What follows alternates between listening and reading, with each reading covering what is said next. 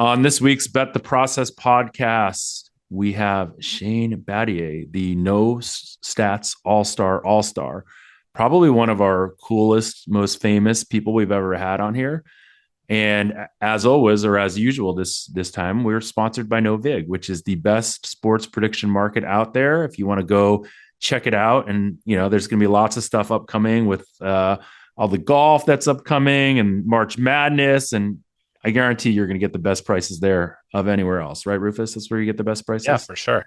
for sure. And all you got to go do is novig.com and use the promo code BTP. So with that, let's start the process. Welcome to another episode of the Bet the Process podcast, where Rufus is back, just rushed here from JFK, fresh from Hawaii. So I assume Hawaii was fun. You have a nice little sun-kissed glow to you. Hawaii was amazing. Yeah. Loved it. You played Yeah, golf with our friend Shane Sigsby. I did. Yeah. Talked a lot about prediction markets. Um, Took a lot of money off my brother. Nice. So the Peabody Cup, did that happen there? The Peabody Cup happens every time we play around together, so it did, and I think I'm in a commanding lead at the moment, so I'm happy Nice. about that. I'm And I going to won a be bunch of I'm pulleys. going to be in New York on Wednesday. As in 2 days from now. It's in 2 days from now. Yeah. Yeah, but and then we're both going to be in Boston after that. Yeah. I'm doing a dinner Wednesday night if you're interested, Of but course. I'll Well, let you know. what is bringing you to New York, Jeff? I have some meetings, and it's on the way to Boston, so I figured I'd stop in there and do some meetings there. I got invited to play in the Bay Hill Pro Am on Wednesday, but had Yeah. to do this instead. So, Damn, which is dude. Who which would is a you have been tough one to playing turn with? to. What's that? Do you know who you would have been paired No, with? I don't think they decided until the night before, but it would have been someone good because it's an elevated event. Yeah. It's a really good field. I Yeah, it mean, would have. if you were paired with Scheffler, would you have just canceled this dinner? No, Okay. I wouldn't. I mean, like there's like the playing in a pro am with a pro is very different than playing with a pro. Like I'm sure you've played with pros before. It's like when they're actually like having fun and playing. That's fun, right? Like I've played with Mickelson and Rahm, right? Those were two experiences, and they weren't at a pro am. I've played at pro ams before, and like the pro doesn't even want to talk to you because it's a pro am. So Yeah. yeah, I'm not like saying that I would. I mean, like yes, if I was, I would love to have played in Bay Hill. So I don't want to sound like but I do believe that my trip to New York is important, so I have to do that. Anyways, uh, what is the like? What's the you saw that like? Are you going to go to Sloan or what's your plan? Yeah. I'm going to be there. I don't have a ticket to the conference. I may try to buy one, but I mean, I don't think I've had a ticket the last few years. It's just a lot of betting people are going to be there. A lot. It's a sort of reunion of sorts every year with a Yeah, bunch of people from the sort of betting slash analytics world. our dinner on Saturday is shaping up to be very very good. It's probably And the that's best one honestly, ever. it's our Saturday dinner that's the real draw. Yeah, it's shaping up to be our best dinner ever. I think some of Whoa. the people coming are pretty awesome. Matthew Benham just confirmed, which is pretty Wow. cool. Wow. Okay. That So we got that. that's Yeah, like that's a some legit. big bangers. Yeah, that's legit. But it should be a good group. A lot of the normal people. I mean, obviously Shane Battier, who we're about to have on, will be there. He's confirmed. So yeah, it should be He's fun. he's been at the dinner basically every year, right? Yeah, he goes every year, so it'll be fun. And we'll report I back to still all you remember people. one of my first dinner. I think it was the first dinner you invited me to. This was before this is before I worked at ESPN. I think this was the year I was on a panel at Sloan, so maybe it was 2016. And I forget where the dinner was. I didn't know Boston very well at the time, but I get there a little early, and I'm talking to this guy at the bar, and he's like, a hockey player, and I was like, oh, in America? He's like, yeah, and it turns out he was Tuukka Rask, who was the The best goalie. goalie in the NHL. We had Yeah. this whole conversation without like me knowing or him Oh, being, that was the first dinner that we were with Shane. That wasn't even my yeah. dinner. That was just a random dinner that I got invited to. This was a Friday night, not a Yeah, Saturday. yeah. No, I remember that dinner. I know exactly what dinner you're talking about. That was a really big dinner. And yeah, that was super interesting. All right, well let's jump into our. I feel like you and I have a lot to catch up about, so we could have We do. gone for a while, but we have time restrictions because we're both important people. So we're going to welcome in Shane Battier, and we'll talk to you guys all again next week. We now welcome in Shane Battier to the Bet the Process podcast. This is this is like you're like a real dude, so it's kind of cool to actually like have a real dude on these podcasts for our 7 listeners that we have. Versus what? Like, who do you usually have? I mean, we've had Like Michael a Lewis, cyborg? we've had Nate Silver, we've had real dudes. We just Those like are real dudes, yeah, you of know? course. But for me, like my life is about self-deprecating humor. So I need to always be making fun of myself. Otherwise, people think I have a swollen head, which is what people think anyway. So my real first question to you, which I think is the most important question, is like, why are you not busy today? Shouldn't you be playing the Seminole Pro Am, You the member know, pro? I played with Keegan Bradley and Tiger Woods a year ago. Okay. And so I am a little I've been spoiled. I've been to the mountaintop. I mean, I played with Tiger Woods, Tiger friggin' Woods. I played with him in a round that was competitive. And so I didn't, Tiger didn't call me this year. And so it was just kind of like if I can't play with Tiger and Keegan, I don't want to play at all. Did you So say no to? Were there a bunch of invites that came along the way? Did you no, say no? no. Can you describe to our listeners who aren't fortunate enough to know what this event is? What this event is? Because it's so iconic. Yeah, it's one of the premier golf events ever at Seminole Golf Club, and uh, it used to be the biggest money event in golf. And so when golf was an amateur sport and the professional purses were very small, the pro member, where a member of Seminole would invite a pro to come play with them and play a big tournament, like it was very prestigious and very lucrative to the struggling pro tours. And so now it's played for honor, not for money. But it's pretty amazing to be able to walk down the fairway with the guys you watch every Sunday in like a real competitive atmosphere. That's the coolest part. Like they're trying to win. All right. Most pro-ams you go to, and they're just kind of working on shots and farting around. They don't care. They win. The guys who play the pro-ams are trying to win for whatever reason. But to be in a pro tournament with professional golfers that want to actually win, it's like there's nothing better. I've never been a part of a competition that was better. It was unbelievable. So what was your role in like getting invited? Because how's it structured? It's a pro, a member, and then who makes up your foursome?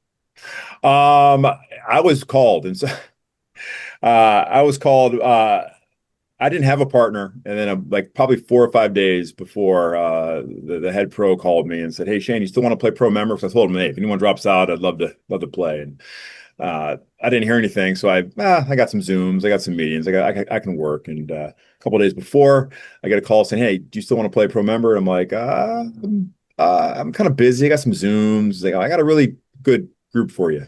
I'm like, "How good?" He's like, "Well, Seth Waugh, former PGA Prez, who's a buddy.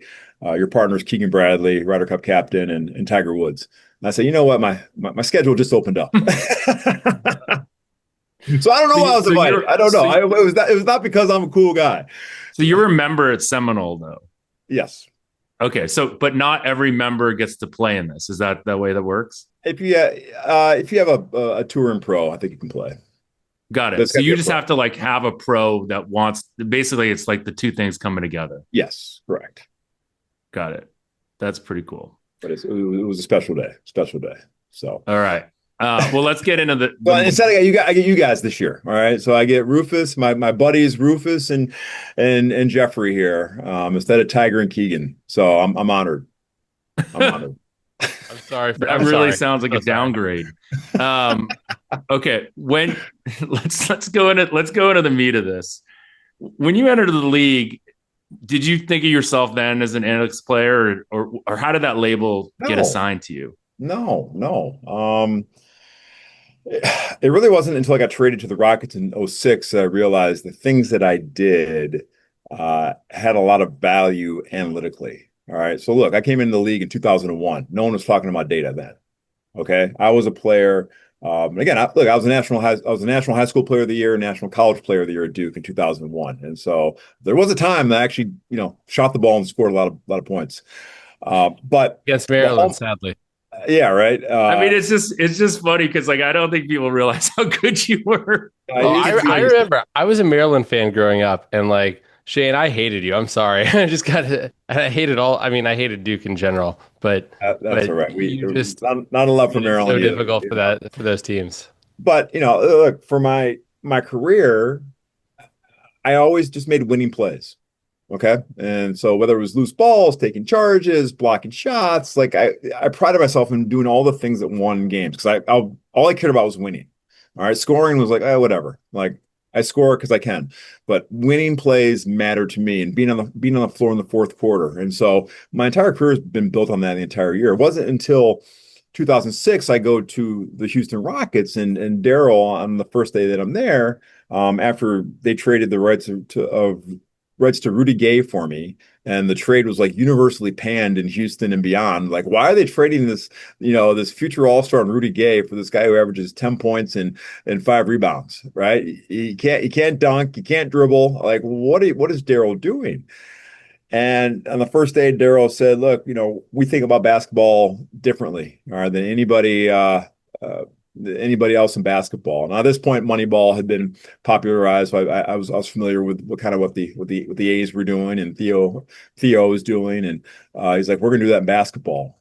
And so I said, "Look, tell me more." And he's like, "The first model that we ran showed that you are the best value in the NBA. All right. The most production for the least amount of salary. So you're cheap labor." And I'm like, "That Daryl, thank you very much." He's like, "But you have no idea, like the things that you do have so much value, and like we're the only people that know it." And so that started the journey down the analytics data world that I was very curious about. And I had two amazing mentors in Daryl Morey and Sam Hinkie, who took the time to explain it to me. And after a while, I'm like this is like having the answers to the test. Like, why wouldn't I want this? And many many years later, here we are, 20 years later. The no stat all star in all its lore. When when he told you this, how much of you was insulted versus interested? Like, was there any sort of pride at that moment, or was it more just like, I just want to win, so I'll do anything, I'll listen to anyone? And then you got like Daryl, who wasn't Daryl at that point, and Sam Yeah. wasn't certainly Sam. So like, how did Yeah. they have the credibility in your mind to talk to you as what, a Naismith, former Naismith Award winner, all that, Yeah. clearly, someone that Yeah. is a basketball Yeah. player, and you got like, Daryl and Sam who were not, they Well, don't live in look, that world at that point. they caught me at a low point in my morale and confidence. So like, I played for the Jerry West of the Memphis Grizzlies, and all he said about me is like, "Yeah, Shane's a nice player, but he can't dribble, can't create his own shot. He can't dunk, he's not athletic." So like when I got traded to Houston, I felt like I was like no good because Jerry West has told me all these bad things about things I couldn't do, and so Daryl and Sam were like, "No, no, no, you're really, really good." And like, look, I had an ego, and I knew like I was an impactful player, but it was just like, "Hey, let me show you how good you are, and the things that you do are really important." Like no one ever talked to me about being a low turnover player. I just was a low turnover player because I couldn't dribble, and I hated turning the ball over. So I just made the safest passes. I was a good passer. But like Daryl was like, no, like being a great passer and being low turnover, and I was the lowest turnover player in the league. I was one of the lowest turnover players in the history of basketball. Um, like that's a huge thing. Like if you just save possessions, like just that alone, like will win you like a couple games a year by being low turnover. And so like again, this is a way to think about the game in an entirely different way that I'd never heard before. And I'm like, this is really fascinating. Like, well, what else is there? And so it didn't take long for Daryl and Sam to get the credibility in my mind that these guys are really smart, and I'd be best served if I listened to them. When Shane, was the when was the first time that you tried to take that information and disseminate it to your teammates? Um, That's a good question. I ask for a lot of data, and these are the early days of data. So, like, looking back, it was pretty crude, but again, it was super revolutionary for the sign of the times. And I tell people, like in 2006, um, every team had an advanced scout. And they would go out and, if we were playing the Lakers in a week, they'd watch all the plays, get the play calls, and then they'd write up their personal scouting report on Kobe Bryant. And they'd say, like, Kobe Bryant, like, great right hand, capable jump shooter, turnaround jumper in the post, will take over games in the fourth quarter. And it's like, yeah, no shit. Like, someone's getting paid to tell me that Kobe Bryant's going to take over the game in the fourth quarter, right? It told me the what, but like everyone knew the what. Didn't tell me the how, right? Or the how well. And so all of a sudden, Sam and Daryl come along and say, look, like Kobe's going to go to his right hand. He prefers to go to his right hand, and he's better when he goes to his right hand. And the splits are like 58% to 42%. And he's like 62% effective when he goes right and 42% when he goes left. Right. So all of a sudden, every player was deconstructed. And instead of being an endorsement or this max player that I'm guarding who had nothing but reputation, like I knew why they were good, and I knew what their relative weakness was as well. And everybody has a relative weakness, even the greats. And so for the first time ever, I'm like, oh, like I just got to make Kobe go to his left hand as many times as I can, and then live with the results, because I can't control whether he makes it, but I can control if he goes left or right. And so it just totally changed my mindset. And so um, I was voracious about any information I get my hands on. We were doing a study my rookie year. We wanted to see if Brandon Roy, who was a great player, played the game differently in the fourth quarter than he did the previous three quarters. And he did. Because in crunch time, he had the ball in his hands. He had very signature moves that he would go to in the fourth quarter. And so we were getting like really, really granular for 2006. And so like my teammate Chuck Hayes in Houston, he was one of the first guys to start leaning on me. He's like, hey Shane, what you got? Because he knew I knew every player, whether I guarded him or not. He's like, what you got? I'm just like, dude, this, Chris Wilcox, he's coming over his left shoulder. He's got no right shoulder. Like, make him, Maryland guy. Yeah. Make him go over his left shoulder. Just trust me. And so I started to get the credibility, and I kind of was like, I was kind of like, Anthropic Claude, back in 2006 for basketball analytics for my teammates. Was That's the awesome. organization not feeding this information to other players? I mean, or were you basically just having to do this research yourself? No, I got everyone got the same packet. Right. You were just But the only look, one reading it looked like a math test. it. And that's still why most players won't, dive into the data. They kind of know it tangentially, but like you saw a bunch of figures and numbers, and everyone's like, oh, this is like school. Like, forget this. Like Dwayne Wade was like the best. I love Dwayne Wade, but D Wade was like, man, I don't care about the numbers. I'm just gonna go get buckets. I don't care. I don't need to know the data. I'm like, man, that's cool. Now LeBron's like, no, dude, what do you got? Like, what do you think, Battier? But it's a lot, and it requires a lot of thought. And it took me a while to understand like what was important and what wasn't. And actually, I worked a lot with Daryl about the scouting reports, about the messaging. It was very academic, it was very rigid, and I'm like, God, like no one's going to read this because it's not doesn't make sense, and it's dry, right? You guys got to liven it up a little bit.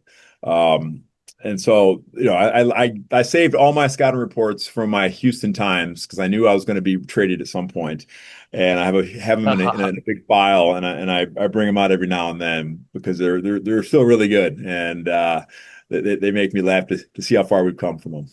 How much have things changed in terms of the messaging from this, the analytics departments and being able to sort of communicate things more effectively to players?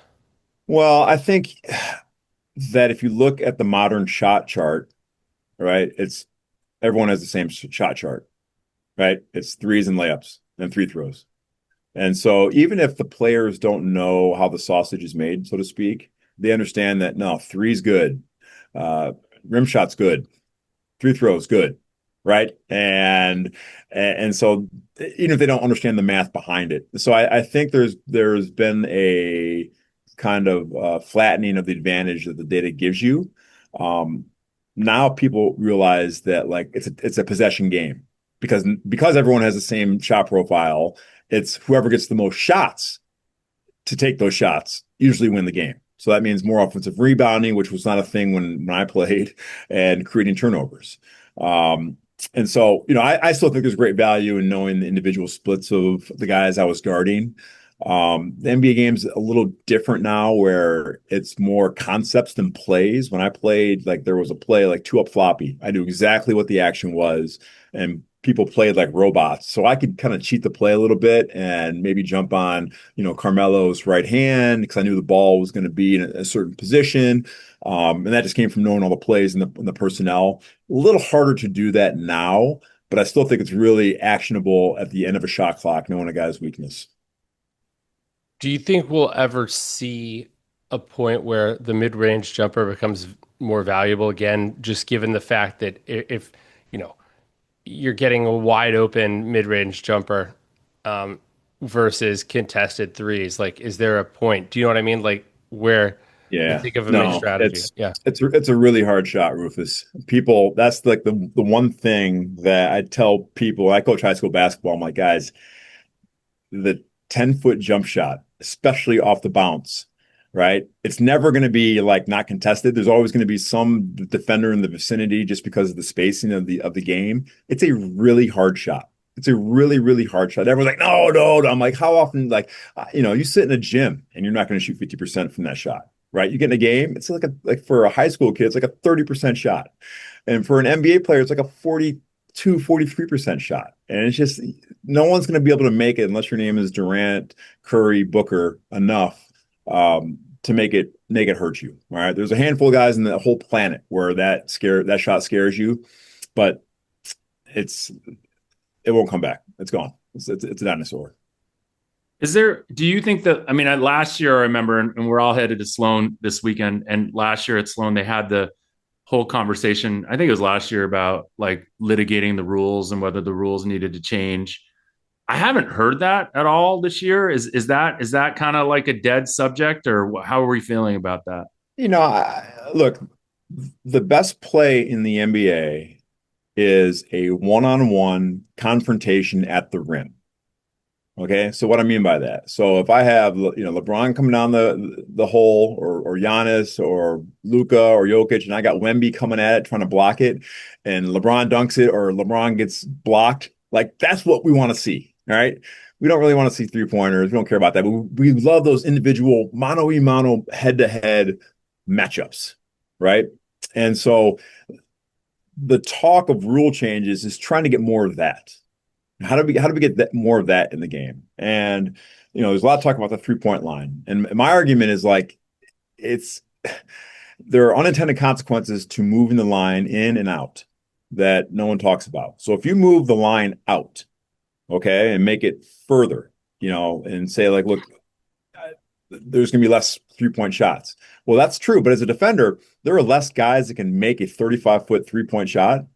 So I'm not even going to venture out there. Hey, go for it. Good luck. God bless. All right. What am I? I'm going to park my ass at the free throw line and I'm going to clog the paint to take away drives. Okay. So if you move the 3-point line out, you're actually decreasing the amount of defensive spacing, if that makes sense.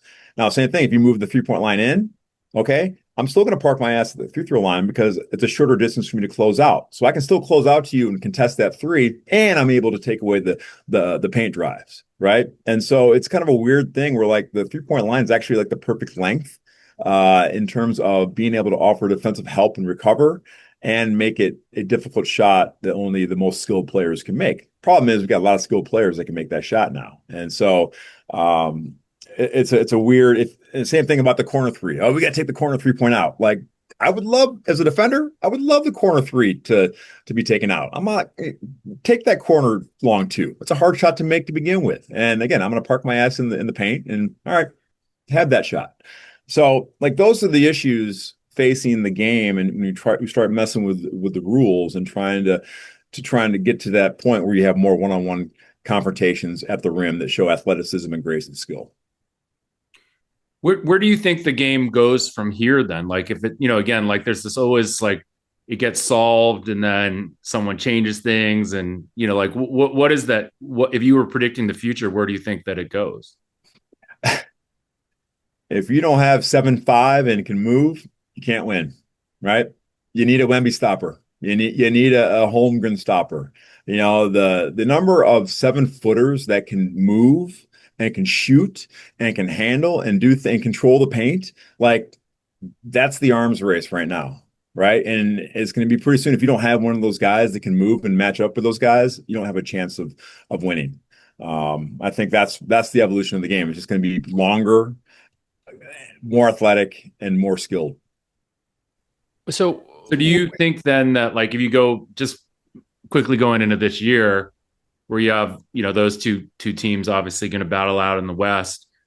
I mean, is that do any of the teams in the East have any of a chance? And specifically, like with what's happening in Boston this year, like what do you think happened and what do you think is happening in Boston this year? They're 40-20 after, trading away Yeah. and losing their three of their top five players. Yeah. Well, it's funny. Like the thing people don't talk about, and it's not really a data thing. Like the value of a coach giving you confidence and saying, look, you got to shoot and you're not coming out if you miss. Right. And so you see a Boston team, and this happens a lot with a lot of teams that lose like a star, and all of a sudden people are in elevated roles. Coach says, look, shoot your shot, play free. They shoot better.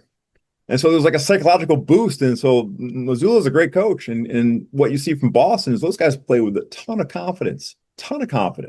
And they are letting it fly, and they're making a ton of threes. And that just comes from, I think, the psychological boost of like, yeah, we don't have one of the best players in the league. He's hurt. But like, this is our game. We're going to let it fly. And it's, they've been very good this year. I mean, it's got to be more than that, though, right? Because ultimately, you still have to have talent. I mean, just the confidence and like, is it just did they? One of the areas that we've talked about a little bit over the last year is this idea of where teams can get alpha from, and the first wave was clear. It was the money ball. It was the finding ways to find the Shane Battiers of the world. The next was like figuring out that on court, on field strategies, the way to optimize them, like in basketball, shooting more threes, in football, probably simply passing the ball more. In the last one is this idea of like player improvement. And you're seeing it now a little bit you're seeing it a lot in baseball. That's probably the one where it's the most, but in basketball, is there a way to do that, or is that not possible given the limited amount of practices that you have during the season? I think, well, look, the level of development, it's rare that it comes from the teams. I know they have like workout guys, but the time is limited. And you only have so many minutes during a season with the team, and you're playing, especially if you're like a player that plays rotation minutes. If you don't play, it's hard to improve because you never get in the game, right? And so most of the improvement comes from playing time on the floor. Okay, learning. It's kind of like the CLA approach, the constraint-led approach, where if you go out and you just learn and learn what you can do, what you can't do, and you have a safety net, you're gonna be better. I was a rookie and I played the two guard because Michael Dickerson, our two guard, got hurt, and I played 40 minutes a night as a rookie, and I got my head kicked in, but I learned and I improved because I got my head kicked in, and I had the freedom to do it. So player development, some teams do it better. But again, guys like Spo, what does Spo do? Spo just throws you out there. He'll pull you out of the G League and start you in the game and say, hey, go do your thing. And you can't underestimate that. A lot of coaches are afraid of putting those type of guys out on the floor because it's an indictment on their coaching style, or that there's more of a chance they'll lose. But the great coaches, they throw people out there and say, hey, go spin. I mean, is there some like, can we glean from this that the talent disparity between like the fourth best player and the 12th best player is not big enough? That like, because again, like what you're saying is interesting, right? Because again, like I would have brought up Spo as an example of this, or Miami generally as an example of the Gabe Vincents and the Caleb Martins and like these guys that, similarly to how the Celtics are this year. Yep. You lose a bunch of guys and all these guys just step up. Spo isn't. And so it is an interesting insight that it is this idea of confidence, but then you have to believe that either the Celtics and the Heat are good at identifying these people that should be around like 11, 12, 10, 11, 12 on your bench because they have an opportunity for upside, or it's, is it nature versus nurture, I guess is the question. Look, I worked in the front office of Miami Heat for 5 years, and so I'm biased, but I think the Heat are really good at that. Their scouting department, finding guys in the G League. I think Boston does a great job of that too. And it happens again, year over year, and trying to measure that is interesting. But I do think there is something about process in the front office to find those type of guys. Now, I still say, look, you need all-stars to win championships. All right. You see, you can't glue guy your way to a championship. All right. And you need some horses, you need some guys you can throw the ball to in the playoffs and they can go win a game for you on the road. Right. So that's still the main thing. But in this modern NBA with so many guys taking nights off for rest, you got to have a deep team of guys you can throw out there and are skilled and can impact the game in a positive way. Like when I played, we didn't have that. If you had to go to your bench and play your 10th guy, you're probably losing that night. Your 11th guy, you're probably losing with that. And so the mindset has shifted. Like I need a lot of guys who can do a lot of things, and most importantly, shoot the ball to give me a chance, just to have a chance in the regular season. And I think the playoffs a little bit different, because all those guys play every game, but regular season for sure, you better have a deep team in this day and age. When you have transformed your kind of like life now, where you're talking to CEOs and the whole deal, does it shock you how little corporate America knows about some of the things that you know? It's not that, I'm the chief culture advisor for Palmetto Solar, and so my job is to basically find the glue guys and glue gals in a corporate setting and understand like why they're able to influence more people maybe higher than their rank. Right? Why are these people in the information structure? Why are they in the energy structure? And it's no different from a locker room, right? Championship teams have those players who are able to elevate the play of other players, other coaches. And so I don't know if there's an ignorance, but there's a much more of an emphasis on the P&L and beating quarterly estimates and finding the time for the soft skills of cultivating glue guys and glue gals, right? And so it's just a matter of priority. And the great companies, the great leaders, they find time and they prioritize these things and they talk about these things. And it's no different than Eric Spoelstra or Coach K. They prioritize those things, knowing that, yeah, I need good players too, but like that's the difference between being good and being great. I got one more question for you, and then Rufus, if you want to jump in, feel free to. But how would Shane Battier, the player, look if he got drafted in 2026? And what would your career? How different would your career be? I'll tell you what, I would have stepped foot inside the 3-point line. I'll tell you that. I look back at my career and I am embarrassed about the amount of time I spent shooting a 15-foot jump shot in the summer, working on coming off and splitting a pick and roll. Like any coach ever wanted me to do that. I played for Jeff Van Gundy in 2006, and he was the only coach to ever tell me, he's like, look, I need you to shoot like 10 threes a game. Now this is 2006, and that's crazy. That's crazy talk. And like at minimum, I would have shot 10 threes a game just because I know how dangerous it is. And if you can, again, have that confidence, you can play for forever doing that, and you play a huge part in the team. So I would have shot nothing but threes, but still would have been a switchy defender that can get people late into the shot clock, which is the other aspect of playing defense. Do you think that, and I think we've had this debate actually on this podcast, like specifically about you, do you think that you would be a better relative player or a worse relative player because you were unique when you came out, right? But now there are more of people like you, but theoretically, in some ways, you could be more optimized to do what you did well, and probably some of the other things that you did well, those people can't do. So, what do you think you would be? I think I would be more valued because so much of it is read and react. And that was really my strength. Like my awareness on the court was my superpower. And I could read and react and do what the right thing was every single time, or at least minimize my errors. And the players that minimize errors are the teams are the players that play the most and win the most games. And so I think in this read and react world, I think that would have given me a different advantage over most of the guys I played. So following up on that, do you think that teams right now are drafting too much then for athleticism, upside, like sort of the hard skills? It's like in football, like 40-yard, 40 time versus like what Puka Nacua has Yep. done as he was a fifth round draft pick for the Rams. Yep. But I mean, that's a football example. Yeah. That's a great example. Puka just knows how to get open, Yeah, right? exactly.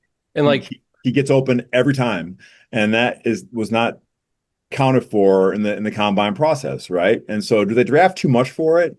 No, because I understand why they're trying to go for those guys, but the differentiator is still the mind. If you can't think under pressure and you can't execute a pick and roll coverage or a play when there's 5 minutes to go in a one possession game in the playoffs, you're no good to coach. No good. And so as athletic as you are, as tantalizing as you are, if you can't think the game and actually like execute when it matters, then you're not going to win. so how much can that sort of, I mean, I know you said you'd be more valuable now because of how you think about the game, and how you react. How teachable, I mean, that's certainly more teachable though than being 7'5" Yeah. and, with Yeah. the ginormous wingspan. Yeah. It really it's pattern recognition, right? And it's, hey, I've seen this before. What do I do? Okay, I have to be able to get into this position, or hey, I know the ball's coming this way. And it's the the smartest players that I played with, the guys like LeBron, Chris Bosh, like they saw everything and they could anticipate where the next play was. And I played some really talented players that I say were more reactionary, and they were really, really good. But like when you really need a basket, you don't want reactionary. You want anticipatory. It's interesting. I Shane, was how come? thinking about like sort of Daniel Kahneman and sort of type one system one or versus system two, right? You're sort of Yeah. just instinct versus, oh, I'm having to actively think about this. And is what you're saying kind of the best players? It's just innate. Yeah. There's no second to process. They're just, Yeah. Like, I love Jokic because like he just always makes the play. And that's not by luck. And it's not like he's always happens to be in the right place at the right time or always able to deliver a pass on time on target. Like he knows, to use a hockey term, he knows where the puck is skating, right? Michael Jordan always knew where the puck was skating. LeBron James always knows where the puck is skating. And that's pattern recognition, and that's just playing the game a ton and having good coaches and knowing what to look for. So like all those things are still like super relevant today, even though the game is longer and it's more three oriented. Okay, my really last two questions. They're adjoined. So how old are your kids? My son is 17, is junior, high school junior. My daughter is 14, high school freshman. Okay, so assumedly having kids probably has something to do with this, like why you've never thought about like being a coach, or I'm sure you've thought about it, but being like like it just sounds like you'd be an amazing. I'm a high school coach. I do coach my son in high be school. amazing, and you sounds like you'd be an amazing NBA coach. But I'll leave that aside. What is one lesson that you can give me as I coach my 6 and 8-year-old kids? As because I've coached college water polo, so I know how to coach, but I definitely think that coaching kids, especially your own kids, is different. So what one lesson can you give me for that? The hardest thing about coaching kids today is that they don't use their voice. And they can like bullshit all they want, like on the bus before the game, they can be loud. Like when the game starts, people are afraid of communicating. It's the hardest skill to get young people to do, to actually talk to your teammate and say, hey, look, I need you to go over here and make this play, or hey, I'm coming to you. And when you talk, you're going to you talk yourself into the right position more. That makes sense. So if in basketball, like I'm on the help side, if I'm yelling, help, help, help, help, help, I'm not going to be like out of position yelling that. It's almost like the consistency theory, right? And so, like, if I'm in the right spot and I'm yelling, I'm here, I'm helping, helping, you're going to be in the right spot. If you're in the right spot more often than not, your team is going to play better. You're going to play better. When you're quiet, and I blame Instagram and social media for this, you play less aggressive, you're out of position more, and your team's not as connected. And so, as a coach, that is the most important thing, to just get your team to talk to each other. Because if you do that, you can shore up so many mistakes versus if you're silent. I love that. I love that. Shane, thank you for the time. Rufus, did you have one more thing, or are you good? I did have one more thing, and it was Go for kind it. of towards what you were saying about just, your work with organizations in general, and how what can organizations do better to prioritize, sort of, as you put them, glue guys who make people around them better.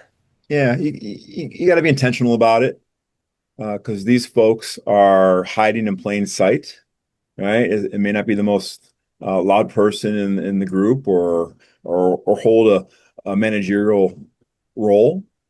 But if you look hard enough, and you have different engagement surveys, and my favorite thing is just to say, hey, look, who in your office energizes you? Give me three names that of a person that if you talk to, you feel better about life, right? And at the end of that exercise, you can map all that out. And I bet there are like a few people where everybody congregates around. That is a glue guy. That's a glue gal. And it doesn't matter what role they're in. And so, like, that's a stupid exercise I tell people that takes, no tech, but it No, will that's great. pay so much dividends if you can identify those sort of people, elevate them, foster them, capture what they're about, and make them your culture carriers. But it just takes time, and it takes effort, and you have to let people know, no, this is important. I love that, and it actually like dovetails really well with your lesson about kids too, which is this idea that you just want people to. I mean, in this day and age with remote and all this stuff, like people just don't talk enough, Yeah. and so Talk, just and they talk. don't energize each other, and I love Exactly. that. So, Exactly. Not all rocket right, science. Shane. Well, we'll see you in a couple days. Break some bread, some sushi with you, and then when do you get to Boston? Friday. Be there Friday. All right, awesome. Well, we Nice. will see you there. All right. Looking Thanks, forward to Shane. it, boys. All right. Thanks, Shane. See you guys. Bet the process.